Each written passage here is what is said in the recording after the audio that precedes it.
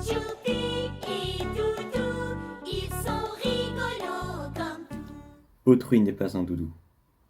Y amour et possession, c'est bien sûr parler d'une forme de tyrannie dans certaines de nos relations. Afin de ne pas se laisser submerger par l'autre, ce qui est fondamental, c'est de savoir poser des limites. Personne n'a le droit d'imposer quoi que ce soit à l'autre au nom de l'amour. C'est valable dans nos relations amoureuses, mais aussi familiales.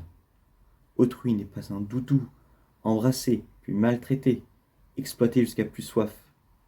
Quand on voit dans quel état est le doudou à la fin de l'enfance de celui-ci, cela en dit long sur les conséquences possibles d'une affection sans limite. Savoir poser des limites à un enfant reste relativement simple dans les mots. Ce qui est délicat, c'est de savoir trouver l'instant, cette temporalité choisie, où l'enfant arrive à comprendre ce qu'on lui dit explicitement. Par exemple, Yann, ça suffit, je ne marche plus. Gaspard, ce sera sans moi. Tu as 4 ans, je ne viens plus aux toilettes avec toi. Raphaël, je ne passerai plus 2 heures à t'endormir. Nolwenn, tes exigences ne me feront plus pleurer.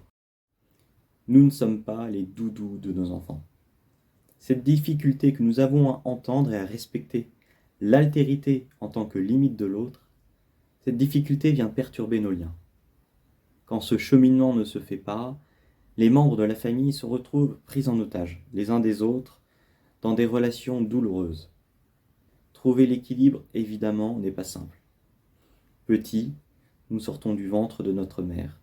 Alors pour ne pas voir en elle une maison, notre prolongement, une extension de nous-mêmes, ou une machine à réaliser nos propres désirs, nous avons besoin que cela soit dit et acté. Parents, nous donnons naissance à d'autres que nous les rêvons, les couvrons d'espoir, de peur, d'attente, et les guidons chaque jour vers ce que nous voulons pour eux. Est-ce que pour autant nous allons respecter ce qu'ils sont ? Ont-ils la place d'être eux-mêmes ? Entendons-nous leurs besoins ?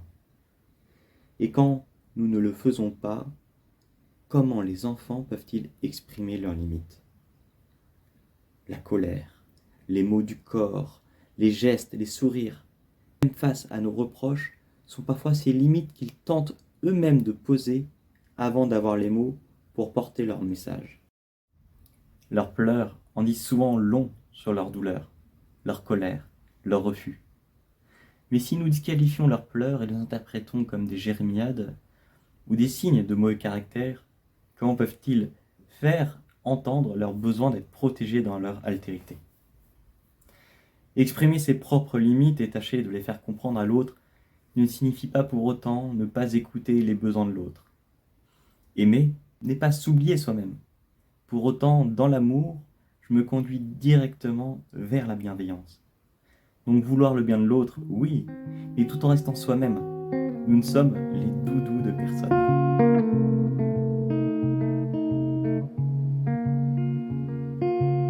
Aime-moi doudou, montre-le-moi doudou, dis-le-moi doudou, prouve-le-moi doudou. Et ça c'est quel comportement doudou, tu me mens beaucoup. Et ça c'est quel comportement doudou, tu me mens beaucoup.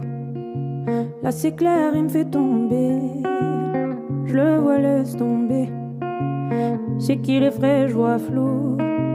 J'aime quand t'es là, c'est tout. J'ai dit oh, j'ai juré qu'on est plus que poteaux.